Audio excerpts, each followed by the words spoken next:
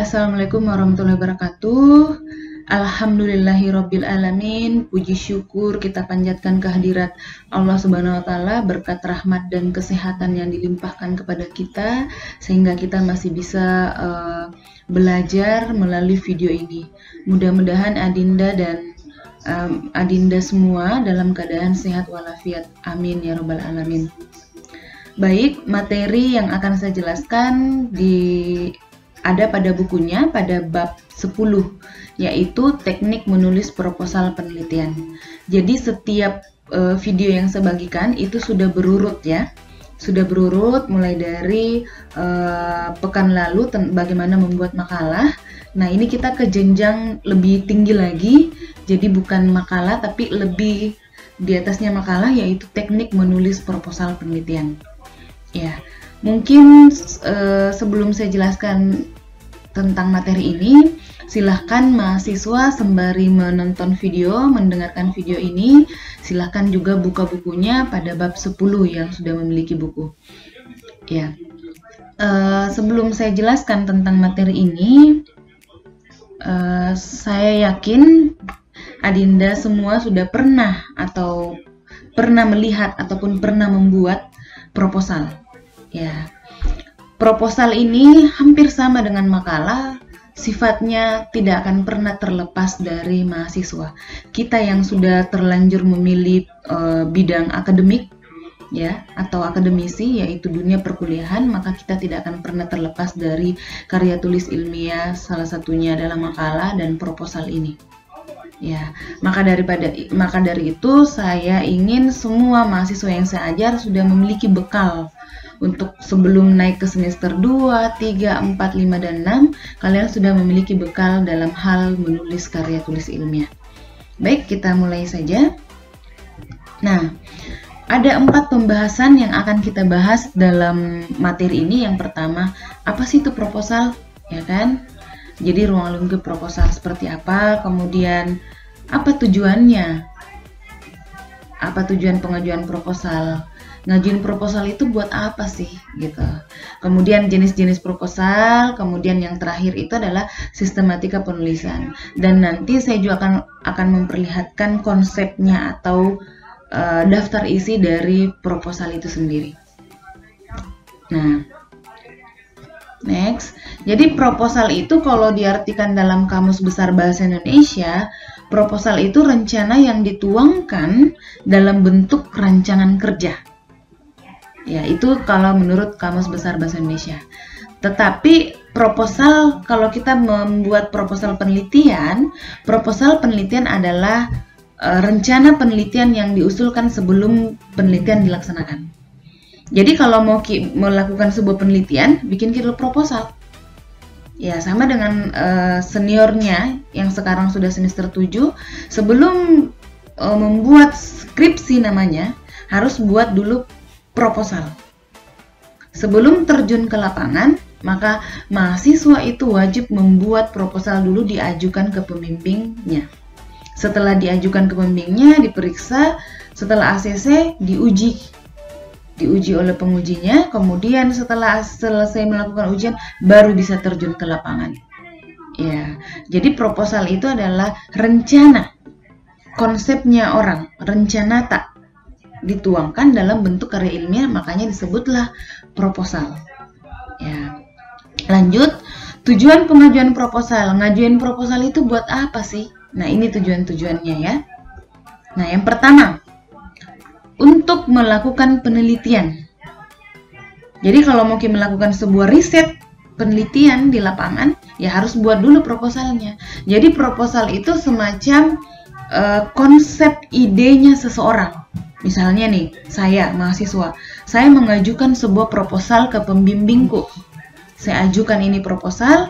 Jadi proposal itu bisa saja diterima, bisa saja tidak, bisa saja banyak revisinya, bisa saja langsung ACC. Jadi proposal itu baru pengajuan ide. Ya, ingat ya, pengajuan ide atau pengajuan konsep seseorang. Apakah itu diterima atau tidak, kita belum tahu.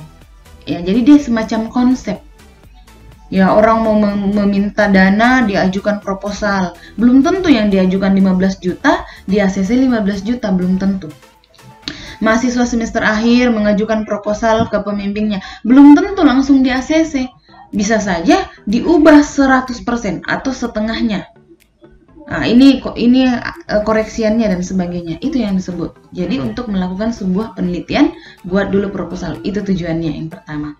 Terus yang kedua, yang ini ya, untuk mendirikan usaha mikro kecil dan menengah. Banyak orang mengajukan proposal, baik itu ke pemerintah daerah, baik itu ke bank, untuk membuka sebuah usaha. Mereka meminta bantuan, baik itu dari segi dana dan sebagainya. Ya, baik itu bantuan proposal, permintaan penambahan dana atau kredit. Ya. Kemudian yang ketiga, untuk mengajukan tender. Kalau misalnya orang-orang proyek, ya kan, orang-orang proyek seperti developer, arsitek dan sebagainya, itu sebelum membuat sebuah proyek itu dia harus mengajukan sebuah tender, dibuat dalam bentuk proposal. Jadi mereka itu harus misalnya beberapa arsitek, beberapa developer mengajukan sebuah tender, misalnya tender perumahan dan sebagainya, itu mereka masukkan dulu proposalnya, sehingga dan itu ada saingan di dalamnya, bukan hanya 1, 2, 3. Nah, mereka harus mengajukan proposal, siapa proposalnya yang lebih baik atau lebih pantas, maka itulah yang akan di ACC. Nah, itu juga salah satu tujuan dari pengajuan proposal. Yang keempat, untuk mengajukan kredit kepada bank. Nah, ini tadi, misalnya mau buka usaha, kasih masukin dulu proposal ke bank atau ke berbagai macam. Selain kredit, setahu saya juga pernah saya pernah memasukkan sebuah proposal kegiatan. Ya, kegiatan. Nah, ini yang kelima nih. Untuk mengadakan acara berupa seminar, diskusi, dan pelatihan. Nah, waktu itu saya sebagai bendahara kepanitiaan, saya mengajukan proposal kegiatan seminar penulisan buku. Nah, saya mengajukan proposal itu untuk dibantu baik itu dari segi dana ataupun fasilitas. Ya, fasilitas, baik itu gedung, alat, dan sebagainya. Nah, saya mengajukan proposal. Dan beberapa yang saya masukkan, mungkin sekitar 10 proposal, ada yang saya masukkan ke bank, ada yang saya masukkan ke lembaga-lembaga pemerintah dan sebagainya. Dari 10 proposal yang saya masukkan itu tidak di ACC semua. Nah, itulah yang dimaksud dengan pengajuan proposal, pengajuan konsep atau ide. Nah, inilah kelima tujuannya. Kenapa Ki harus mengajukan proposal? Jadi ingat, kalau misalnya Anda aktif dalam sebuah organisasi, kemudian Anda memasukkan sebuah proposal, ya kan, itu belum tentu diterima. Jadi ingat, proposal itu bukan hanya jenis penelitian. Jadi Anda harus mengetahui kelima tujuan ini. Jadi jangan kaget kalau misalnya Anda berada di sebuah organisasi, baik itu organisasi yang Anda jalani di kampus, kita mau mengadakan sebuah pelatihan. Bagaimana kita mencari dana, misalnya. Oh, kita kasih masuk proposal ke pemerintah dan sebagainya, organisasi-organisasi dan sebagainya. Nah, itu harus Anda buat proposalnya sebaik mungkin agar diterima. Oh, saya nanti kalau selesai kuliah, Anda disuruh mengajukan sebuah proposal untuk memenangkan sebuah tender. Jangan kaget, karena memang itu adalah salah satu tujuan. Jadi ingat baik-baik tujuan ini ya, proposal. Baik, kita lanjut. Nah, materi yang ketiga, jenis-jenis proposal. Apa saja sih jenis-jenis proposal itu? Nah, yang pertama, tapi jenisnya ini masih banyak, tetapi saya lebih ke spesifik ke jenis proposal penelitian. Nah, nanti di bukunya itu lebih lengkap lagi. Nah, jenis proposal penelitian ini ada namanya proposal penelitian kualitatif. Jadi rencana penelitian dengan menggunakan metode penelitian kualitatif. Insya Allah kalau panjang umur semester 5 Anda akan mempelajari metodologi penelitian. Dan yang Anda bahas ini 2, penelitian kualitatif dan kuantitatif. Tapi supaya Anda ada bekal, saya jelaskan lebih umum kepada Anda semua bahwa proposal penelitian kualitatif itu jenis penelitian yang dilakukan secara deskripsi atau mendeskripsikan sesuatu. Ya, kalau misalnya nanti hasil penelitiannya itu hasil penelitiannya lebih ke instrumen, wawancara, dokumentasi dan sebagainya. Kemudian data yang diambil itu dideskripsikan. Jadi jenis penelitian kualitatif itu jenis deskripsi, menguraikan, menceritakan apa yang terjadi di lapangan sesuai dengan data yang didapat. Jadi proposal penelitian kualitatif itu lebih banyak mendeskripsikan. Nah, kalau yang kedua, jenis proposal penelitian kuantitatif, rencana penelitian menggunakan metode penelitian kuantitatif. Jenis penelitian ini lebih mengarah ke angka. Oke, kita kasih perbandingan. Kalau kualitatif itu lebih banyak mengarah ke huruf atau kata-kata, mendeskripsikan, menceritakan. Kalau kuantitatif lebih banyak menggunakan data secara angka. Ada juga hurufnya atau kata-katanya, tetapi lebih banyak ke angka. Nah, itu jenis penelitian. Lebih jelasnya nanti Anda akan pelajari di semester 5. Intinya itu dua jenis proposal penelitian. Nanti saya akan buka Word-nya lagi dan saya akan menjelaskan jenis penelitian lainnya selain jenis proposal penelitian. Ya, jadi nanti jangan kaget kalau misalnya sudah semester 5 atau semester 7 Anda disuruh membuat sebuah contoh proposal dan sebagainya. Jangan kaget, oh saya sudah pernah mempelajari ini, setidaknya sekilas tentang proposal penelitian kualitatif dan kuantitatif. Baik, kita lanjut ya. Nah, yang keempat ini adalah sistematika penulisan. Nah, bagaimana sih kerangka penulisan proposal penelitian? Ya. Nah, ini. Sebenarnya sistematika penulisan ini hampir sama dengan sistematika penulisan makalah yang video pekan lalu yang saya bagikan di WhatsApp grup Anda. Hampir sama dengan materi di makalah bab 9 ya. Sama, yang sistematika pertama yang ada judul, pasti ya ada judul penelitian.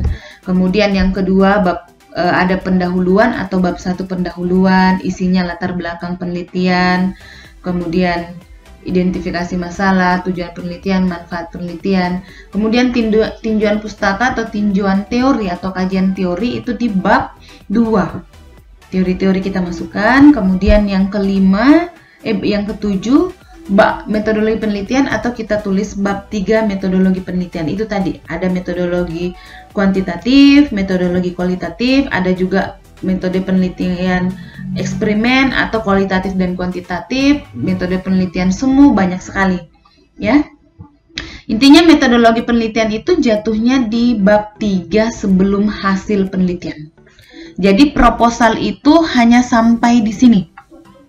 Hanya sampai di bab 3 metodologi penelitian. Kan materi kita membahas tentang metodologi. Ya, kalau makalah kemarin, makalah penelitian ada saya jelaskan hasil. Tapi kalau proposal sampai di sini saja. Nah, selesai metodologi penelitian apa? Daftar rujukan, daftar pustaka. Selalunya ada. Setiap karya ilmiah, baik itu makalah, buku, ataupun proposal ini, semua jenis karya ilmiah harus ada referensinya di belakang, atau daftar rujukannya, atau daftar pustakanya di belakang. Ya, jadi proposal itu hanya sampai di sini, sampai di bab 3. Nah, Anda ajukan, misalnya Anda sudah semester akhir ini, Anda ajukan proposal penelitian ini ke pembimbing, kemudian di ACC, kemudian Anda ujian, namanya ujian proposal penelitian. Setelah Anda ACC, baru Anda ujian. Anda mengambil data di lapangan. Baru Anda pulang, baru Anda tulis lagi, itulah yang disebut bab 4. Ini kan proposal sampai bab 3, ya. Anda pulang, Anda tulis kembali. Nah, itulah yang disebut bab 4, hasil penelitian dan pembahasan. Tuangkan ke dalam. Bab 5, terakhir penutup, simpulan dan saran. Jadi deskripsinya. Ah, itu ya. Jadi bab 3 sistematika penulisan proposal itu diingat ya, hanya sampai di metodologi penelitian atau kita tulis bab 3 metodologi penelitian. Nah, seperti itu sistematika penulisan proposal. Oke, mungkin untuk slide-nya sampai di sini saya akan menampilkan, nah ini sistematika penulisannya. Nah, ini seperti ini ya.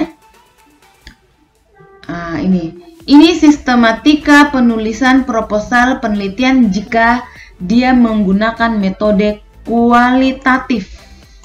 Ini. Jadi silahkan saya minta tolong kepada kalian untuk membuka bukunya di halaman 215 lebih lengkap lagi. Ini kalau metode sistematika menggunakan metodologi penelitian kualitatif. Nah, kita lihat ya, bab 1 pendahuluan ada apa? Latar belakang, fokus penelitian, rumusan masalah, tujuan penelitian, manfaat penelitian. Kemudian studi kepustakaan. Studi kepustakaan namanya kalau metodologi kualitatif, ya. Nah, kita isi nih semua materi-materi tak di sini sesuai dengan judul tak. Misalnya definisi pengantar bisnis, kemudian jenis-jenis, ya ini pokoknya materinya. Ini ya. Kemudian yang ketiga, bab 3 metodologi penelitian. Metodologi penelitian apa isinya? Yang A, metode penelitian. Tempat penelitian, apa tempatnya? Misalnya di Kambo, Kota Palopo, Provinsi Sulawesi Selatan, atau dijelaskan desanya, dusunnya, dan sebagainya. Kemudian instrumen penelitian, misalnya menggunakan angket dan sebagainya. Kemudian sampel sumber datanya dari mana. Teknik bagaimana caranya Anda mengumpulkan data, misalnya dari wawancara, observasi, wawancara, dokumentasi secara langsung, kemudian kepustakaan, banyak ya. Kemudian analisis, ada datanya, kemudian teknik analisis, bagaimana Anda menganalisis sebuah data itu, ya kan? Kemudian rencana pengujian keabsahan data, misalnya menggunakan triangulasi dan sebagainya. Ya. Nah, kita lihat lagi kalau misalnya sistematika penulisan proposal menggunakan metodologi kuantitatif, ya, penelitian kuantitatif. Nih ya, hampir sama tadi, bab 1 pendahuluan ada A, latar belakang, identifikasi masalah, batasan masalah, tujuan penelitian, kegunaan hasil penelitian. Nah, bab 2 kalau tadi di atas itu studi kepustakaan, di bab 2 itu landasan teori, ya, atau kajian teori. Nah, deskripsi teori, tambahkan juga kerangka berpikir, hipotesis, dan sebagainya. Kemudian bab 3 metodologi penelitian, ya, hampir sama ya. Jadi ingat ya, proposal hanya sampai di bab 3. Baru buatkan daftar rujukan sesuai dengan apa yang Anda kutip dalam isi, begitu juga nanti di daftar rujukannya. Ya, seperti itu ya. Itu sistematika penulisannya seperti ini. Jadi kalau ada orang suruh coba buat contoh proposal penelitian, jadi hanya sampai bab 3. Nah, ini sistematikanya, ini yang kita isi di dalam. Ya. Kemudian, nah ini penjelasannya, silahkan dilihat. Lengkap sekali ya di sini ya. Kita kasih naik lagi ke atas. Nah, misalnya dari judul penelitian, apa yang diisi di situ ya? Judul penelitian itu hendaknya dilengkapi, kalau boleh dilengkapi dengan cermat. Ya, misalnya pengaruh kemasan Pocari Sweat 500 ml, ya kan? Ya, terhadap minat beli mahasiswa Fakultas Ekonomi Unimikat Majaya, Kota Palopo, Provinsi Sulawesi, gitu-gitu ya. Harus lengkap judulnya. Jadi jangan setengah, lengkap. Misalnya pengaruh kemasan apa terhadap minat apa, di mana, itu lengkap. Kemudian pendahuluan latar belakang penelitian, pada bagian ini itu kita menguraikan kesenjangan antara apa yang seharusnya yang terjadi di lapangan. Ya, seperti video di makalah sudah saya jelaskan, pendahuluan latar belakang itu kita gini. Kalau proposal penelitian, kenapa Ki mau teliti itu? Dijelaskan semua di situ. Jadi ingat, di latar belakang itu lebih banyak curhatannya seorang penulis. Jangan banyak teori. Teori itu cukup 2 untuk menunjang saja. Nah, latar belakang pada saat saya observasi, saya melakukan ini. Nah, di lokasi penelitian saya itu ada masalah seperti ini dan itu harus diselesaikan masalahnya. Maka dari itu, penulis mengangkat judul ini. Nah, selain itu, penelitian terdahulu itu cuma membahas tentang ini. Itu diceritakan semua. Betapa pentingnya dan betapa perlunya penelitian Anda itu harus diteliti. Nah, itu dijelaskan di latar belakang. Ya. Nah, kalau identifikasi masalah-masalah apa semua yang mau diteliti. Misalnya, tadi pengaruh minat, ya kan, pengaruh minat beli. Tuh, bagaimana pengaruh minat beli setelah mendapatkan respon seperti ini? Ya, apa yang terjadi itu masalah. Jadi identifikasi masalah-masalah apa semua yang mau diselesaikan, disebutkan. Kalau 2 tulis 2, kalau 3 tulis 2, tulis 3. Dan selalunya rumusan masalah atau identifikasi masalah itu berakhir dengan tanda tanya karena dia bunyinya bertanya. Apakah pengaruh minat? Gitu. Bagaimana pengaruh? Itu identifikasi masalah, itu perumusan masalah.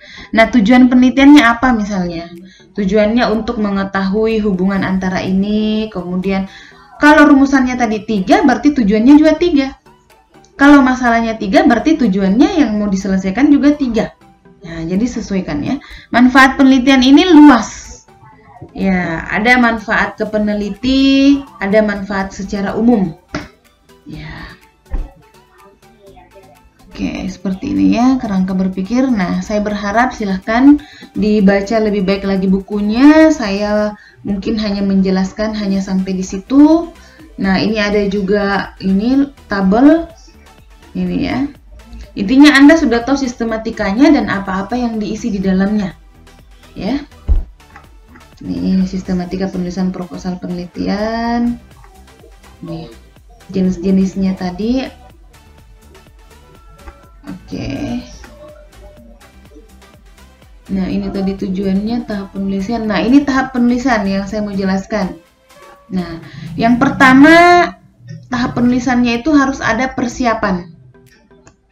Ya, persiapan ini merupakan tahap yang penting bagi penelitian sebelum proposal disusun. Ya, yang pertama, carilah topik penelitian yang Anda kuasai. Kalau misalnya nanti Anda semester akhir atau Anda dikasih kebebasan oleh dosennya atau pihak kampus, jadi susun proposal yang Anda sukai. Oh, saya suka di lapangan secara sosial. Saya tidak suka meneliti dalam kelas misalnya. Saya lebih suka meneliti ke pemasaran bidang apa misalnya. Jadi jangan ikutan dengan temannya karena sesuatu yang disukai itu akan lebih mudah kita mencarikan atau menulis. Pasti lebih mudah kita susun, lebih mudah kita tulis kalau kita suka. Ya, yang kedua, yakinlah bahwa bacaan terkait topik mudah diperoleh. Selain Anda suka, Anda harus tahu dulu, kira-kira mencari referensinya ini gampang tidak? Kira-kira kalau saya teliti di lapangan ini, gampang tidak saya temui orangnya? Nah, itu. Jadi itu persiapan. Yang ketiga, persempit topik agar penelitian berfokus dan tuntas. Jadi sempitkan, jangan meluas tetapi nanti tidak selesai. Jadi lebih baik walau kita sempitkan supaya mudah didapat jawabannya. Ya, itu maksudnya. Jadi kalau bisa lebih spesifik, jangan meluas. Kalau Anda ingin mengetahui minat pembeli, berarti fokuslah di minat pembeli. Ya. Pastikan topik bermanfaat dan merupakan prioritas yang harus dipecahkan. Jadi orang bikin sebuah penelitian itu carilah penelitian yang misalnya di bank, ya kan? Di bank itu ada masalah. Masalah itu yang kita mau selesaikan. Jangan sesuatu yang sudah bagus terus mau dikorek-korek supaya ada penelitianku. Nah, itu tidak boleh. Makanya ada namanya observasi lapangan. Oh, di bank itu ada masalah-masalah seperti ini. Nah, dengan Anda menulis proposal itu, ilmunya Anda membantu orang untuk menyelesaikan sebuah masalah. Jadi bukan hanya sekedar buat proposal penelitian, sudah nih. Tetapi untuk menulis proposal itu supaya ada manfaatnya ke orang. Nah, ini loh masalahnya. Oh, saya akan menyelesaikan masalah ini, bagaimana caranya? Nah, itulah kaum intelektual seharusnya seperti itu. Ya, melihat masalah di lapangan, kemudian diselesaikan, dan dari solusinya nanti itu diberitahu bahwa ini loh hasilnya. Nah, seperti diberitahu melalui tulisan Anda. Ya, kemudian kumpulkan data dan informasi selengkap mungkin, telusuri sisi apa yang belum diteliti oleh peneliti lain. Oh, peneliti yang lalu cuma meneliti pengaruhnya. Kalau saya nanti bukan pengaruhnya, dampaknya langsung, realisasinya. Itu. Jadi lihat perbandingan, jangan sesuatu yang sudah diteliti mungkin teliti. Boleh sama, tetapi ada pembedanya sedikit. Oh, saya beda dong. Dia menelitinya di Jawa, contoh ya. Saya menelitinya di Palopo, kasus saya di Palopo. Itu beda. Ya. Kemudian bacalah hasil-hasil penelitian terdahulu. Iya, lebih banyak membaca itu bikin skripsi misalnya, bikin proposal ya harus lebih banyak membaca penelitian-penelitian terdahulu. Termasuk jurnal-jurnal ya. Catatlah dalam kartu dan tandai bagian-bagian bacaan yang penting sesuai dengan topik Anda, sesuai dengan judul Anda. Kalau bisa di stabiloi atau buat catatan tersendiri. Ya. Catat pula sumbernya, itu paling penting. Apa yang kita kutip berarti harus ada di daftar rujukan ya. Konsultasi dengan pakar, kemudian perhatikan sistematika penulisan. Ya, sistematika proposal yang dikehendaki sponsor. Sistematika ini tidak diatur dalam bahasa Indonesia. Sistematika ini adalah aturan yang dikehendaki oleh instansi. Seperti yang saya jelaskan di video makalah bahwa setiap sistematika kampus itu beda. Kayak UNM. Kalau UNM itu buat proposalnya, penulisan babnya semua di pinggir. Tidak ada masalah. Kalau di Universitas Muhammadiyah Palopo, penulisan bab semua di tengah. Itu marginnya beda, jenis hurufnya beda. Itu tidak masalah. Yang penting kata baku, ejaan bahasa Indonesia yang digunakan dalam menulis. Nah, seperti itu. Susunlah kerangka proposal dalam urutan bab dan subbab untuk menghasilkan proposal secara sistematis. Nah, setelah itu tadi ini tahap persiapannya, diperhatikan baik-baik. Kemudian penulisan. Nah, ditulis. Setelah ditulis, silahkan diedit kembali, baca ulang. Bahkan kalau Anda sudah merasa itu fix sebelum Anda misalnya konsultasi kemana proposalnya atau sebelum diajukan ke tujuannya, misalnya dosen pembimbing atau ke orang, ya, perlihatkan ke temannya, baca dulu, edit lagi. Ya, seperti itu. Lakukan pengeditan. Mulai dari, kan kadang kita typo dan sebagainya. Karya ilmiah itu harus benar-benar baik. Karya ilmiah itu diminimalisir kesalahannya, tidak boleh banyak kesalahan. Namanya saja ilmiah, baunya ilmiah, berarti tulisannya harus ilmiah, harus bagus. Ya. Nah, itu ya tahap-tahapnya, mudah-mudahan Anda paham, dan selebihnya saya mungkin cukup sampai di sini. Saya berharap kepada adinda semua mahasiswaku untuk lebih belajar secara otodidak, belajari buku tak, simak BB ini video, kemudian cari juga referensi-referensi yang ada kaitannya. Insya Allah akan ada tugas, apalagi nanti kalau UAS, perhatikan baik-baik setiap video-video yang telah saya bagikan. Ya, mungkin sekian. Saya mohon maaf kalau misalnya ada salah-salah kata.